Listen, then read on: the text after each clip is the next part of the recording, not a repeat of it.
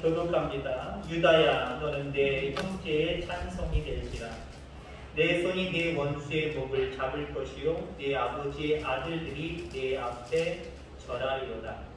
유다는 사자 새끼들과 내 아들아 너는 핀 것을 찍고 올라갔도다. 그가 그리고 그림이 수사자 같고 남사자 같으니 누가 그를 범할 수 있으랴. 주가 유다를 떠나지 아니하며 통치자의 지팡이가 그 발 사이에서 떠나지 아니하기를 실로가 오시기까지 이르리니 그에게 모든 백성이 복종하리로다. 그의 나귀를 포도나무에 매며 그의 암나귀 새끼를 아름다운 포도나무에 매 것이며 또 그 옷을 포도주에 깔며 그의 복장을 포도주에 깔리리라. 그의 눈은 포도주로 인하여 붉겠고 그의 이는 우유로 말미암아 피리리로다. 아멘. 아멘. 우리 옆에 분들 바라보기만 하면서 눈웃음으로 잘 오셨습니다. 주의로 환영하고 축복합니다.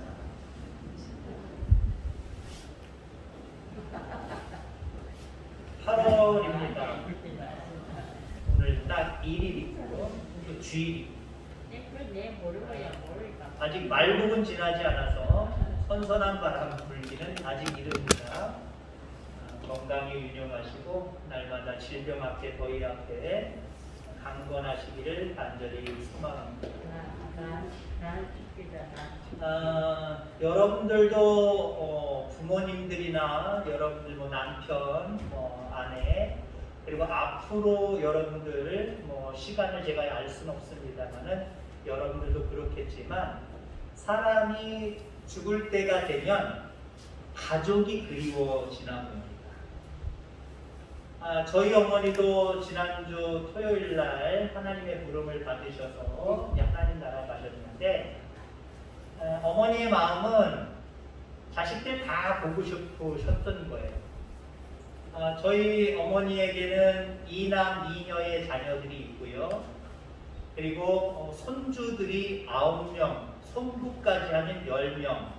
그래서 우리 부모님에게는 자손들이 한 18명 되더라고요. 3사람 빼고 우리 어머니 돌아가시기 전에 다 봤어요. 그 3사람은 우리 맨 위에 큰형의 큰아들, 사정이 있어서 우리 어머니, 할머니를 보지 못했고요. 살아계실 때. 그 다음에 두 외손녀들, 둘째 누님에게 속해 있는 두 외손녀들은 미국에 있어요. 미국에 있는 매형과 작은 누님은 나오셨는데 애들은 집 지켜라 한마디로. 어머님이 금방 돌아가실 것 같지는 않고 혹시 돌아가신다면 어쩔 수 없지만 너희들은 있어라. 나오려고 했는데 안 나왔어요. 3 손주들만 빼고 다 갔습니다. 그리고 행복한 모습으로 가셨어요. 마지막 2마디 말씀이 무엇이었냐면은 돌아가시기 전에 어느 기력이 있으실 때 지난주 금요일이지요. 금요일날 그리고 토요일날 새벽 2시경까지는 자기 의식이 있었고 금요일까지는 저녁 때까지 다 활동하셨어요. 먹을 거 충분히 드시면서 활동하셨어요. 그러면서 이제 새벽녘에 우리 누님이 엄마 죽는 거 두려워? 라고 할 때 마지막 말씀이 뭐냐면 두렵긴 뭘 두려워? 하나님 나라 가는데. 그게 마지막 말씀이었고 그다음에 또 마지막 말씀 새벽 2시경에 다 잠자는 시간에 토요일날 잠자는 시간에 옆에 누님이 있었습니다마는 주여! 그게 마지막 말씀이시면서 의식을 잃으셨어요. 돌아가시지는 않았는데 의식을 잃으셨어요. 이제 눈도 감으시고 무슨 말을 해도 대답할 수가 없고 기만 이렇게 좀 살아 있었겠지요. 무슨 말을 하면 알아듣기는 하지만 반응을 못 하셨어요. 주여가 마지막 말씀이셨어요. 장례 절차 내내 우리는 그 전에 어머니를 뵙고 사실 우리 집안도 모든 집안이 다는 아닙니다만 많은 사람들의 집안들이 문제없는 집안이 어디 있어요. 저희도 큰형님과의 관계가 부모님과 큰형님과 형제자매들의 관계가 조금 좋지 않았거든요. 근데 돌아가시기 전에 다 해결됐단 말이에요. 돌아가시기 한 달 전에 모든 것들이 다 해결됐단 말이에요. 그러니까 어머니 딴에는 이제 볼 사람들 다 봤으니까 하실 말씀도 많이 있겠지만 그것으로 됐다라고 하는 말씀을 전하신 거고요. 그 다음에 형제가 우애하고 사랑하는 것 이것보다 더 좋은 거 없다 이런 말씀을 마지막에 하신 것 같고요. 그 다음에 돌아가시기 전에 신앙의 모습을 보여주면서 그리고 죽는 게 뭘 두려워 하나님 나라 가는데 마지막 말씀이 주여 이 말씀 한마디로 신앙이 연약한 자녀들에게 아주 중요한 메시지를 유언의 말씀을 전해주고 간 거예요. 예수 믿어라. 잘 믿어라. 영원한 생명의 나라에서 보자. 직접적으로 이런 말씀은 하시지 않았지만 그분의 행동과 그분의 말씀 마지막 말씀이 자녀들에게 유언 아닌 유언으로 그 말씀을 하셨다는 거죠. 신앙이 최고다. 믿음 안에서 살아가라. 이걸 이남 이녀의 자녀들과 손주들에게 전하고 돌아가셨습니다.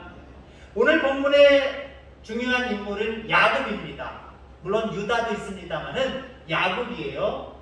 야곱이 죽을 때가 다 됐어요. 마찬가지였나 봅니다. 예나 지금이나 죽을 때가 다 되면 자식들을 보고 싶고 그 자식들에게 마지막 유언의 말을 해주고 싶었던 겁니다. 야곱도 마찬가지예요. 12아들 다 불렀습니다. 12아들을 불러놓고 각각의 자녀들에게 자기 마음대로 하는 것이 아니라 하나님이 부어주신 지혜로 하나님이 말씀하신 대로 자녀 한 사람 한 사람을 축복하기 시작을 합니다. 유언의 말씀이에요. 그런데 오늘 본문의 말씀은 그 12아들 중에 유다라고 하는 그 자식에게 축복하는 마지막으로 유언하는 말씀이 바로 오늘 본문의 내용입니다. 한마디로 오늘 본문의 내용 유다를 축복하는 말씀을 보면요. 네가 무슨 일을 하든지 다른 형제보다 앞서가는 은혜가 있을 것이다. 이렇게 축복하고 있어요.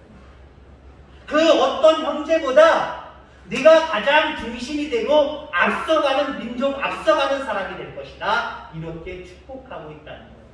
그리고 이 축복 이후에 진짜 유다와 그의 후손들은요. 다른 후손들보다 모든 일에 앞장서는 사람이 됐어요. 여러분 하나님은 앞장서는 사람을 좋아하세요. 여러분 신앙은 제 나름대로 이야기하면 하나님 눈치 보는 거예요. 신앙생활 잘하고 싶습니까? 하나님 눈치 잘 보시면 돼요.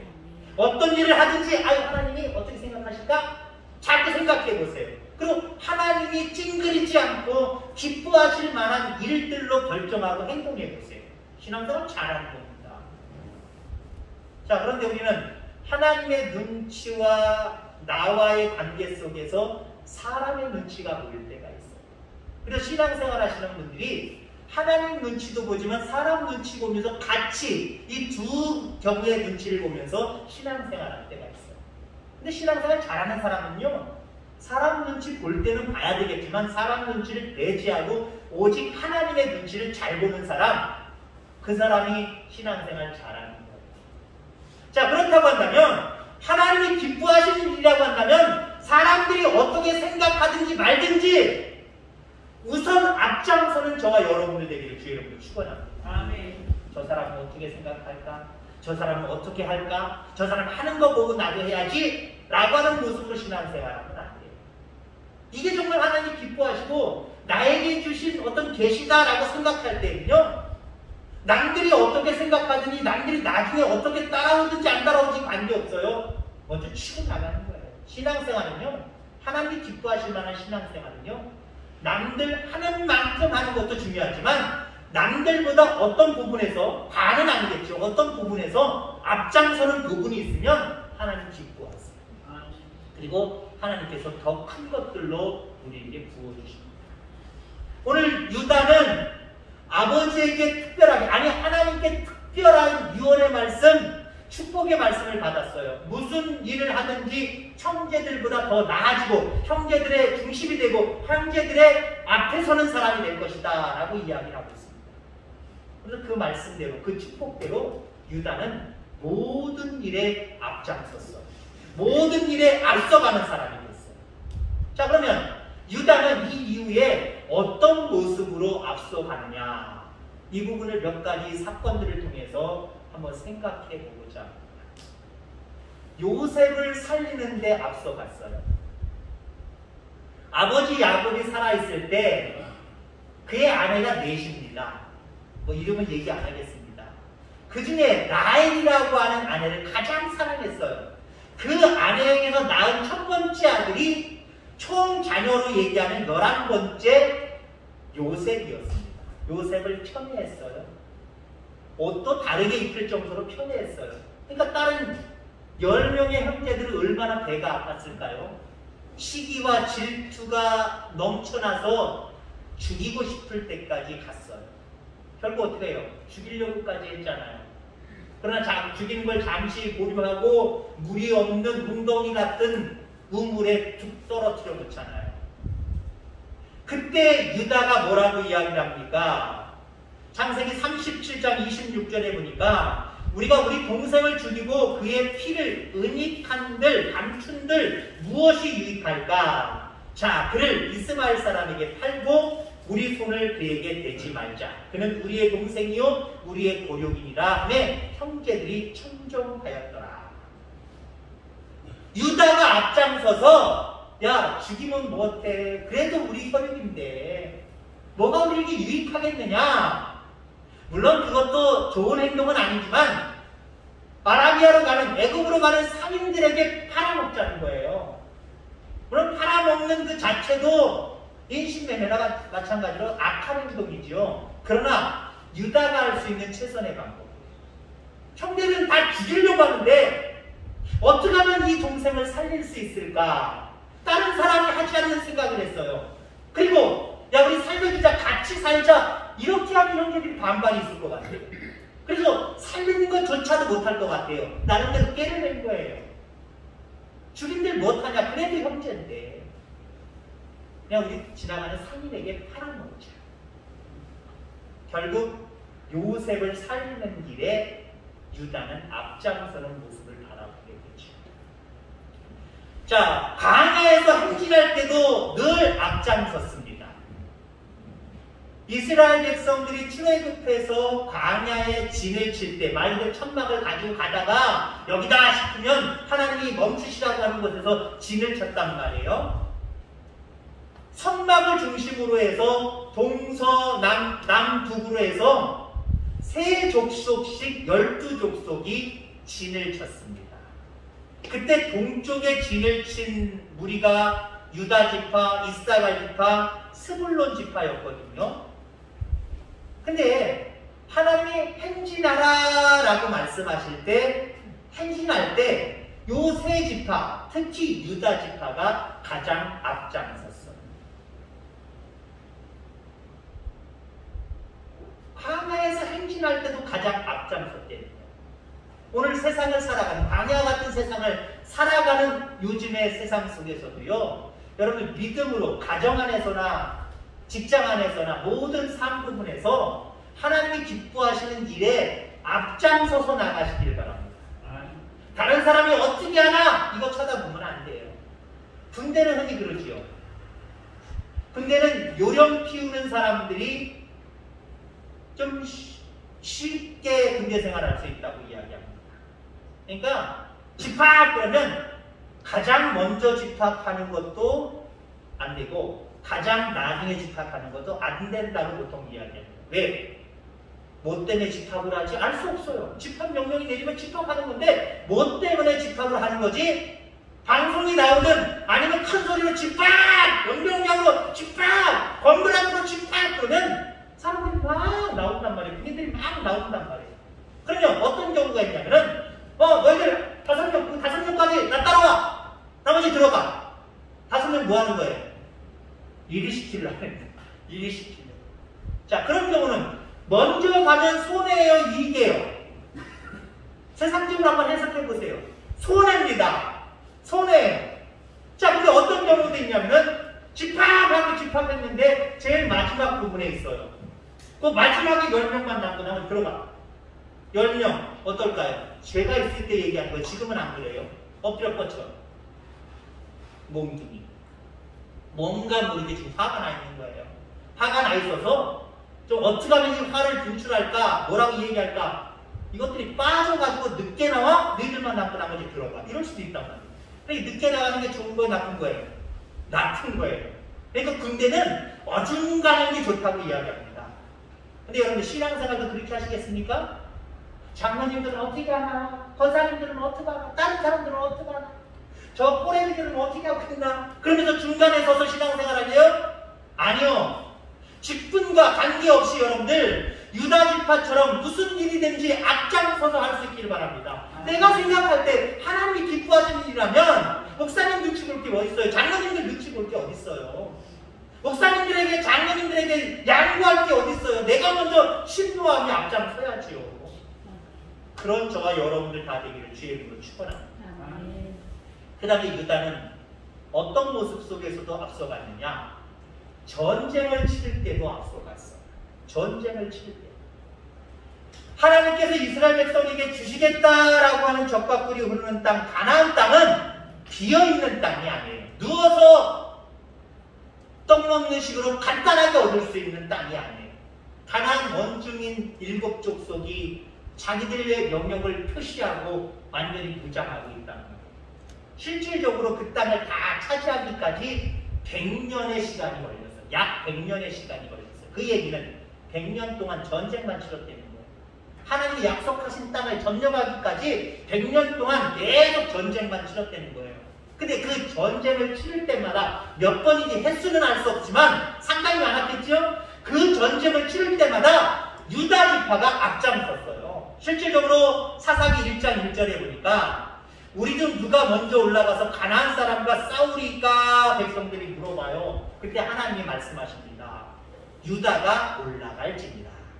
유다가 앞장설지니라 라고 말씀을 하고 있어요. 그래서 여러분들 유다 족속은 유다는요 전쟁이 있을 때마다 가장 앞장섰어요. 여러분들 가장 앞장선다는 게 뭐예요?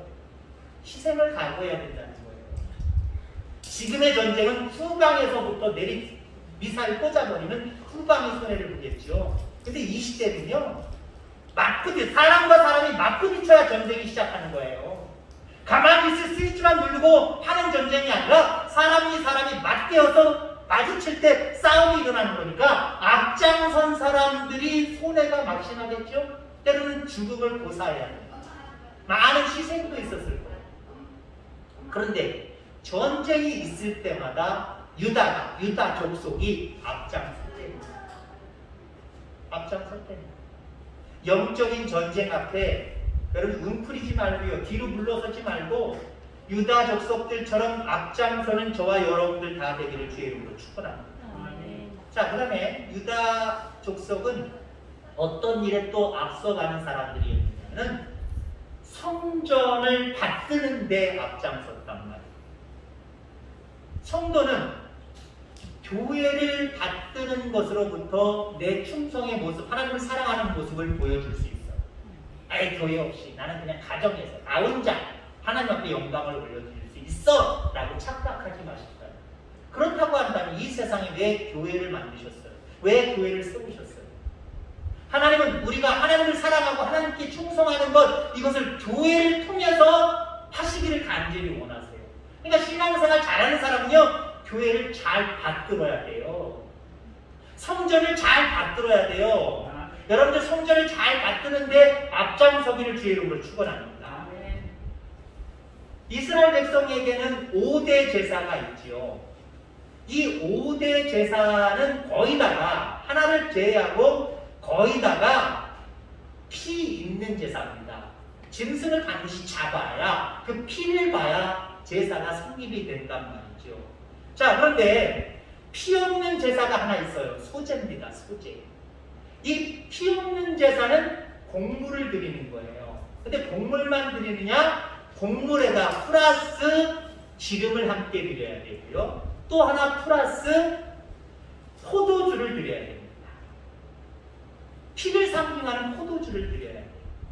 곡물, 기름, 포도주. 뭐 짐승을 뭐 죽여서 잡고 이런 건 없어도 곡물이 있어야 되고 기름이 있어야 되고 포도, 피를 상징하는 포도주가 있어야 돼요.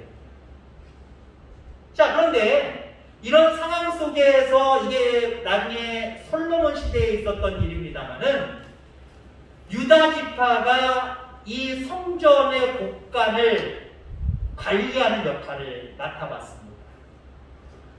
근데 유다 지파가 솔로몬 시대 속에서 곡물을 돌보는, 곡물을 관리하는 직책을 감당했을 때 좋은 시절만 있는 것은 아니었어요. 교회도 마찬가지잖아요. 그냥 제가 노골적으로 얘기하면 우리의 형편이 좋고 경제가 발달하고 우리나라 전체가 경제가 좋을 때 헌금도 같은 인원으로 얘기하면 헌금도 많이 나올 수 있어요. 근데 요즘 날처럼 지금 코로나 시대 뭐 그럼에도 불구하고 우리 성도님들 힘써서 헌금하는 거는 저 개인적으로 정확하게 파악은 안 되지만 그냥 대략적으로 물질을 저만치 놓고 바라보면서 대략적으로 봐도 그렇게 많이 줄지는 않았어요. 여러분들이 힘써 하나님 앞에 헌금하는 게 참 아름다워 보입니다. 하나님이 기뻐하실 줄 믿습니다. 그러나 전체 기독교를 바라볼 때 지금 이 시대요 헌금 많이 거치질 않아요. 왜요? 참석하는 인원도 많지 않고 경제가 위축되니까 헌금도 위축되게 예전에 8원 드렸으면 지금 누런 돈 드렸으면 지금 8원 돈 드린단 말이에요. 유다가 그 곡물을 예배 드릴 때 드리는 소재 드릴 때 드리는 곡물을 관리할 때도 좋은 시절만 있는 게 아니에요. 나쁜 시절이 있었단 말이에요. 경제가 어려울 때도 있었단 말이에요. 근데 중요한 것은요.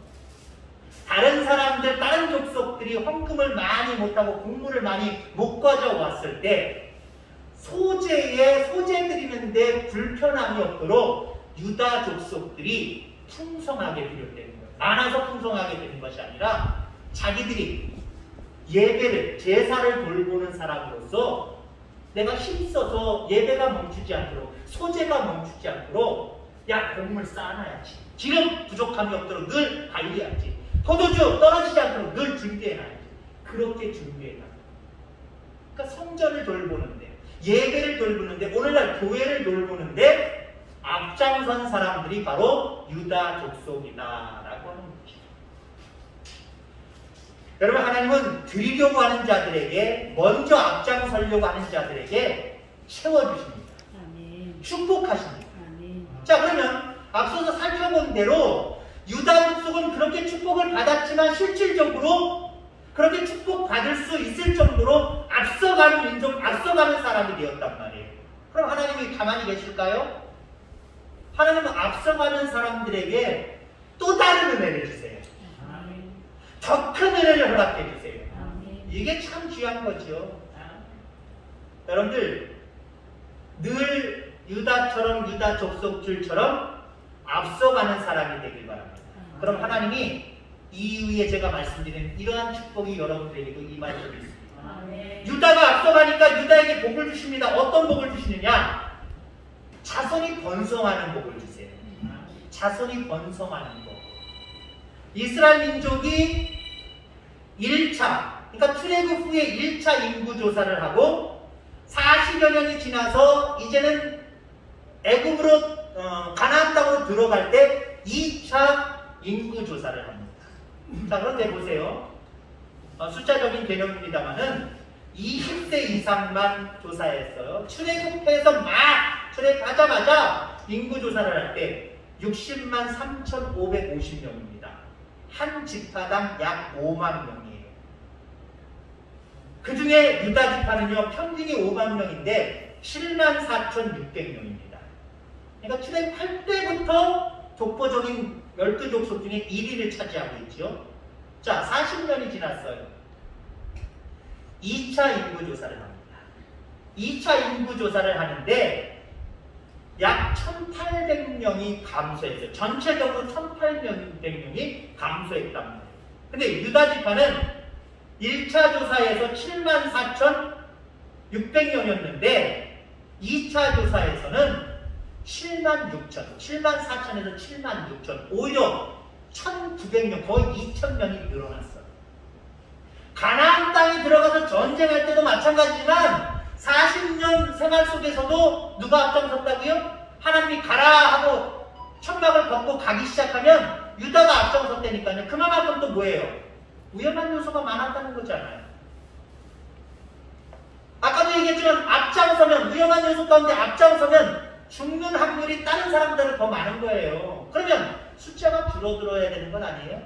그리고 1차 때보다 2차 때 더 2천여 명이, 거의 2천여 명이 감소했는데 오히려 유다 족속은 더 늘어났어요. 이거 어떻게 설명하실 거예요? 인간의 생사하고를 주관하시는 분이 하나님이 불려주신 거예요. 그럼 자손이 잘 되길 원합니까? 자손이 번성하길 원합니까? 앞장서시기를 주의 이름으로 축원합니다. 믿음 안에서 앞장서시기를 바랍니다. 자, 그 다음에 어떤 축복이 있었느냐? 형제들의 첩본이 되고 중심이 되는 복을 허락받았다라고 하는 거예요. 자, 우리가 흔히 유다가 숫자적으로 순위로 바라보면요, 넷째예요, 넷째. 넷째인데 한마디로 첫째가 돼버려요. 르우벤이 첫째지요? 근데 르우벤은 별 영향력을 끼치지 않았어요. 그러나 유다는 어떤 일이든지 앞장서니까 하나님께서 그 유다 족속을 축복하여 주셔서 첫째가 되게 하고 이스라엘의 중심이 되게 하시는 모습을 바라보게 되죠. 장남 역할을 감당합니다. 장남 역할을 감당합니다. 나중에 요셉이 총리가 되어서 이 형제들이 곡식을 사러 애굽으로 가잖아요. 요셉이 일부러 형제들을 실험하려고 여러 가지로 속이죠. 그때 책임지고 앞장선 사람이 누구예요? 유다예요, 유다. 맨 초청 르우벤이 그렇게 좀 그 역할을 감당해야 되는데 오히려 넷째인 유다가 장남의 역할을 감당하고 있어요. 그러면 여러분들 이스라엘 민족을 다른 말로 유대민족이라고 이야기합니다. 이 유대민족이라고 하는 어는요, 유다에서 왔어요. 이스라엘 민족을 유다민족이라고 한마디로 이렇게 얘기하는 거예요. 왜요? 뭐 때문에? 넷째인데. 그냥 처음부터 차라리 이스라엘 민족이라고 하면 그것만 가지고 있으면 되고, 아니면 다른 민족이라고 하면 그 첫 번째 있던 르우벤 민족 그러면 되잖아요. 근데 이스라엘 민족라고 전체적으로 집어넣어 그렇게 얘기하지만 어떤 경우는 유다 민족이 얘기해요. 네 번째, 넷째 아들인 유다가 유다 민족, 유대 민족이라고 지칭되고 있어요. 뭐예요? 다른 모든 사람들도 유다를 그만큼 인정한다는 거예요. 이거 어떻게 되는 거예요? 하나님이 그렇게 만드신 줄 믿습니다.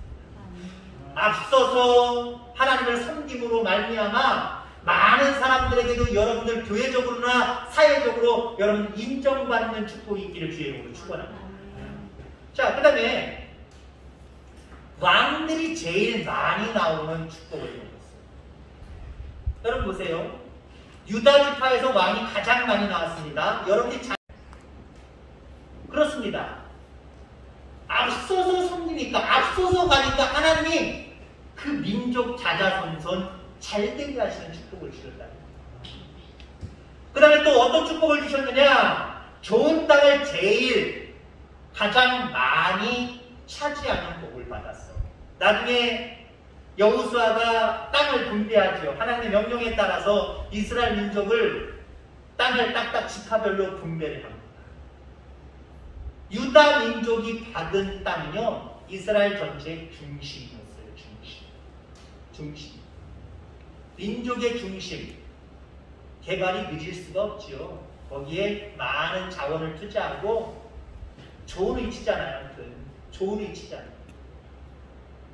하나님을 앞서서 섬기며 하나님 앞에 앞장서는 믿음을 가지니까 하나님이 땅을 분배해드려도 가장 좋은 중심을 주시더라는 거예요.